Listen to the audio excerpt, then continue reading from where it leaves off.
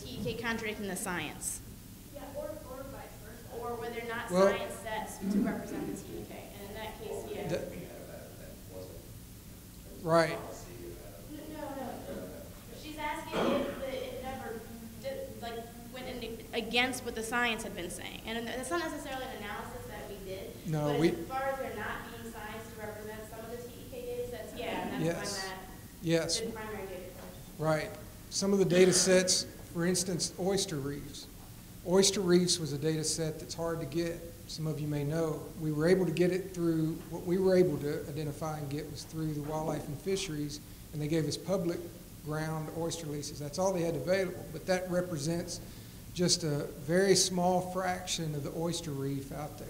So to represent that layer, we were limited. And so that's why I say that this can always be improved once new data becomes available.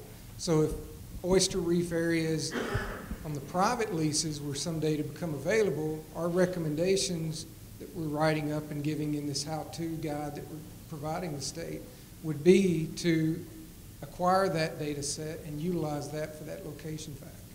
One of the other things I wanted to point out too is we had a lot of data about a lot of different things, and this example you've seen is just one analysis of the data we did that was on location factors for where they should do certain things. So it wasn't necessarily asking a scientific question per se. It was more of a priority question. Now we use scientific layers to represent that priority. Now if you went out, if you were specifically focusing your question on a more scientific issue, like what cause and effect you may have seen, or what changes have occurred and why do you think they occurred, that's when you would get into those kind of issues and see whether it really agreed. And we have some data that could be analyzed perhaps that way. Not all of the data we had was mappable data. So some data was strictly TEK but wasn't really Sci-TEK.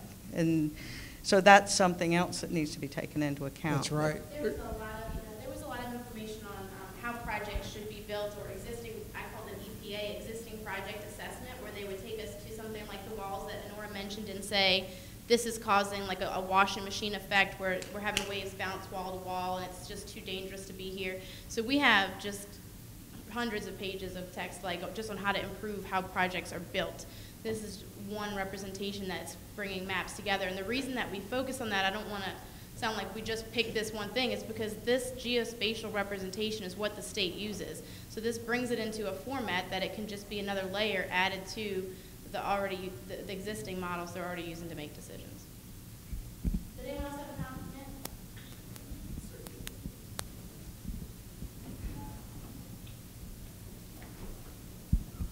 The question or the comment made over here earlier about economic opportunities for local people to make a living, I'm wondering if you identified, idea development. I attended the Entrepreneur Week that was here about 2-3 weeks ago, and it was mostly 20 and 30-year-olds competing with ideas for startup businesses. And the gentleman who won the competition is 71 years old and developed what's called the wave robber. He's over in Cutoff. Now there's one idea that somebody local came up with, and he's documented that it will trap sediment and break the waves and so on.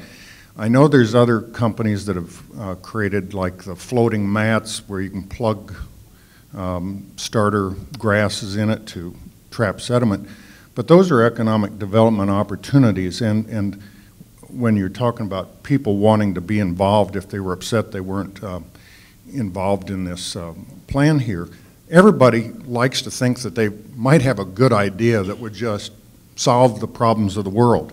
How many different ideas do you think you got that are beyond, the traditional techniques of restoring wetlands?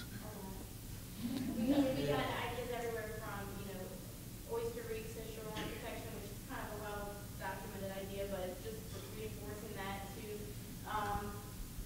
ideas on where you could put spillways that haven't been considered before, or ridges that need to be restored, that if you could just do this, you change the direction of the water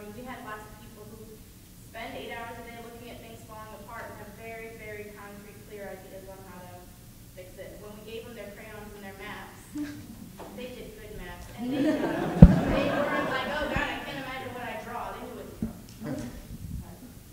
I forget. Do you guys want to add to that? You can down to that. I mean, everything from how to restore barrier islands, different ways to protect shorelines, different types of materials. Different, yeah, rip-rap, specific, this guy's looking to sell this land, and I know this would be a good spot for a small spillway, and in fact, they might even pay you to take it. I mean, all kinds of ideas. And all of that wasn't mappable, so we couldn't integrate it into this, but it's certainly useful for other applications. And we also were very mindful of things that were just people's opinions or thoughts on what should be done versus their knowledge. That's something you do have to be careful about as far as what they know versus just what they like or think, you know, in that regard. And that was a good choice, a lot of things I said.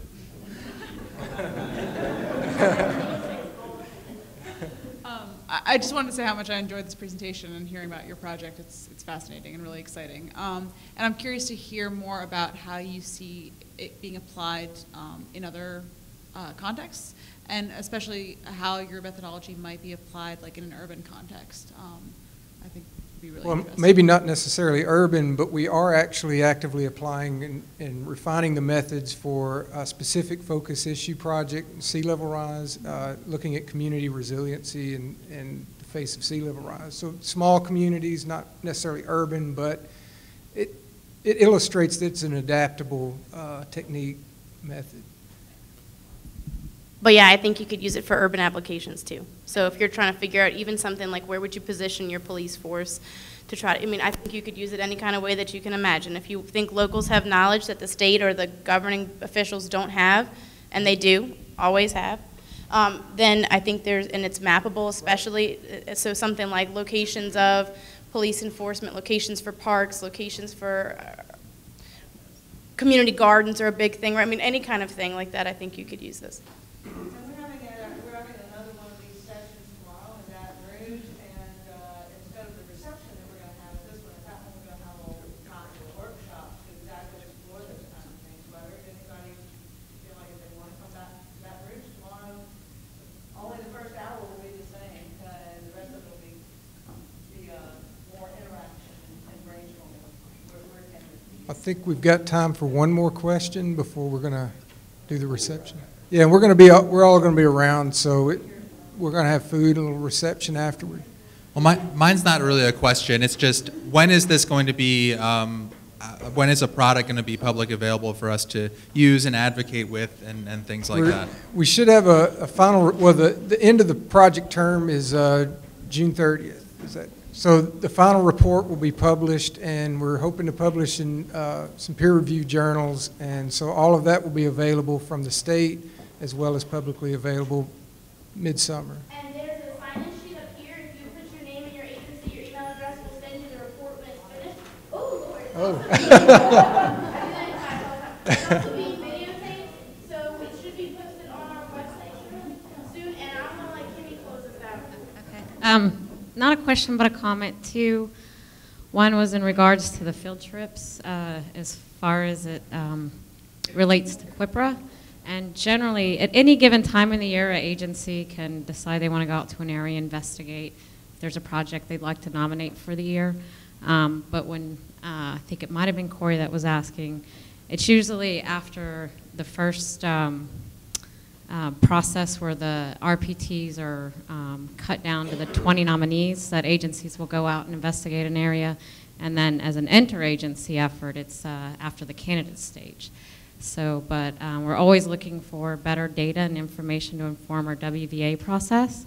So definitely a possibility.